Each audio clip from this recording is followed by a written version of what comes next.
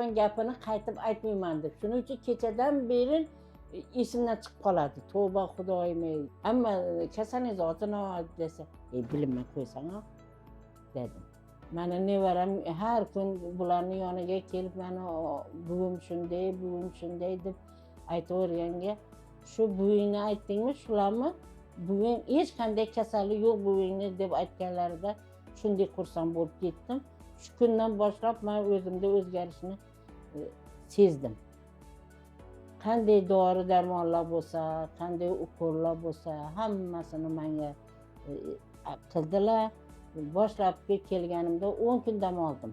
10 kun o'qil dori oldim, osma oldim.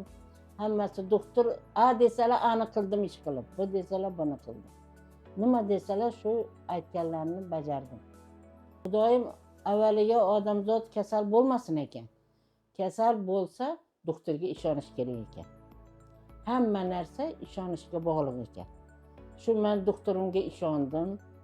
Doktorimni shu bir aytgan, shu kelgan vaqtimda aytgan gaplari meni tuzatdi deb o'zimga ishonch hosil qilaman. Doktorimga katta rahmat. Xudoyim kun umr bersinlar, bola chaqalarning oldida sog' yursinlar. Xudoyim hech qachon qo'llari dard ko'rmasin. Men ana endi o'tgan yanvar oyining 10-cheklasida keldim. Oxirgi marta keling deb aytgandilar, keldim. Ikkita asma o'qillarni qo'ydilar. Shundan men yaxshiman. Analizim juda ham zo'r chiqdi. Shunga ham ishonmasdan yana bitta ikkita dori darmonlarni olib ketdim. Keyin ana endi siz Xudoga shukr 100% yaxshisiz degandan keyin yana 3 oydan keyin keldim mana. 18da keldim. 18da keldim, 18da uydan chiqdim, 19da doktorimiz yonida bo'ldim.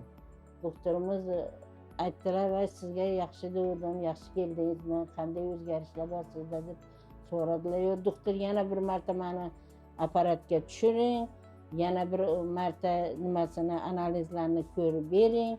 Men juda ham ishonch hosil qilay, lekin hech qayerim og'rimaydi." deb aytdim. Mayli dedilar, ishonmasangiz tushirib beramiz deb kecha analizlarga tushdim. Xudoga shukr, yuragimdan tutib hamma joyimni ko'rdilar, kallargacha o'ziga tushdim, o'zi qildilar. Отлично hammasi. Menga doktor 5 qo'llab javob berdilar. Doktorimizga ming rahmat. Xudoyim shu sizlardan iltimos, saraton kasalini o'tkazib yormanglar. Shu hamma narsani oldini olgan juda ham yaxshi bo'ladi. Shu doktorimizni yoniga kelib maslahat olinglar, davolaninglar. Doktorimizning qo'llari juda ham yengil. Men Xudoga shukr, shu doktorimning so'zidan, hali bergan lichinalaridan emas, so'zlaridan tuzalib ketdim. Doktorni endi birinchi u nima artist bo'ladi, kasalni oldida degani to'ppa-to'g'ri ekan. Shu kasalni doktor tili bilan davolaydi ekan. Doktorimizni shu gapirgan gaplari, menga bergan maslahatlari, aytgan nimalari hammasi Xudoga ming qatla shukr. Xudoyim ming yoshga kirsinlar doktorimiz. Ana hech qachon kasal bo'lmanglar. Kasal bo'lsangizlar oldini olinglar-da, doktorimizga kelib murojaat qilib, doktorimiz bilan maslahat qilib davolaninglar. Kelgan vaqtimda doktorimiz nimamga tushgan u yoqdagi apparatlarni natijalariga qarab 3-4 bosqich saratonda ekansiz. Xudo xolasa yaxshi bo'lib ketasiz dedilar. Xudoga shukr, mana 3-4 bo'lsam, og'ir sostoyaniya bo'lsam, shu yaxshi bo'lib ketdi. Meni ishonchim hosil. Shu ishonchlaringizni hosil qilmoqchi bo'lib, dardlaringizga davo topmoqchi bo'lsangizlar, shu doktorimizni Bekzod Botirovichni yoniga kelib davolanishlaringizni so'rayman sizlardan. Yaxshi bo'laman degan niyatlaringiz bo'lsa. Assalomu alaykum, hurmatli kuzatuvchilar. Xabaringiz bor, bemorimiz Hajiyeva Hikoyat onamiz bundan 6 oy avval saraton kasalligidan sog'ayib yaxshi bo'lib ketgan edilar va shu vaqtda ham aytgan 3 oydan keyin qayta tekshiruvdan o'tkazishimiz kerak bo'ladi. Bu kasallik yana qaytaragan bo'lish ehtimoli bor deb 3 oydan keyin kelishlarini aytgan edim. Mana 3 oydan keyin kelishdi, tekshiruvdan o'tkazdik, yaxshi chiqdi va yana 3 oyga ruxsat berildi, qaytaramadimi deb bilishligimiz uchun. 2 marta 3 oydan pererif qilib berdik. Qaytaramaslik uchun tekshiruvlardan o'tkazishgan. Mana kecha bemorimizni Darmon Servis Medical klinikasida barcha tekshiruvlardan o'tkazdik. Hattoki saratonning biror 1 millimetr razmeri ham qolmagan, qaytalanmagan, O'rni ham yo'q. o'rni ham qolmagan.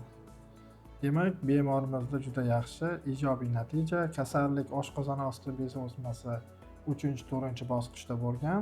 Bemor kelgan vaqtda og'ir bo'lgan va yaxshi kayfiyatlar bilan birgalikda davolandi. Mana hozir bu kasallikni ko'rmagandek bo'lib, mana oldimda o'tirishibdi. Endi to'liq ruxsat berilmoqda. Endi qayta ko'rikka o'tkazilmaydi, chunki 3 oydan qilib 2 marta o'tkazildi va ikkilisida ham ijobiy natijaga erishildi. Bemorimiz yosh kattaligiga qaramasdan shu og'ir dardni yengib o'tdi. Bemor 52-yilda tug'ilgan. Shu katta yoshda ham shu kasallikni yengish oson bo'lmadi. Alloh shifo bergani rost bo'lsin. Biz boshida bemorimizni nevaralari kelib, juda ko'p kelishdi, davolashimiz kerak deb. Qog'ozlarni ko'rganimda yosh juda katta. Lekin inson baribir yashagisi keladi, orzu umidlari bo'ladi, nevaralarni uylab joylagisi, to'ylarni ko'rgisi keladi.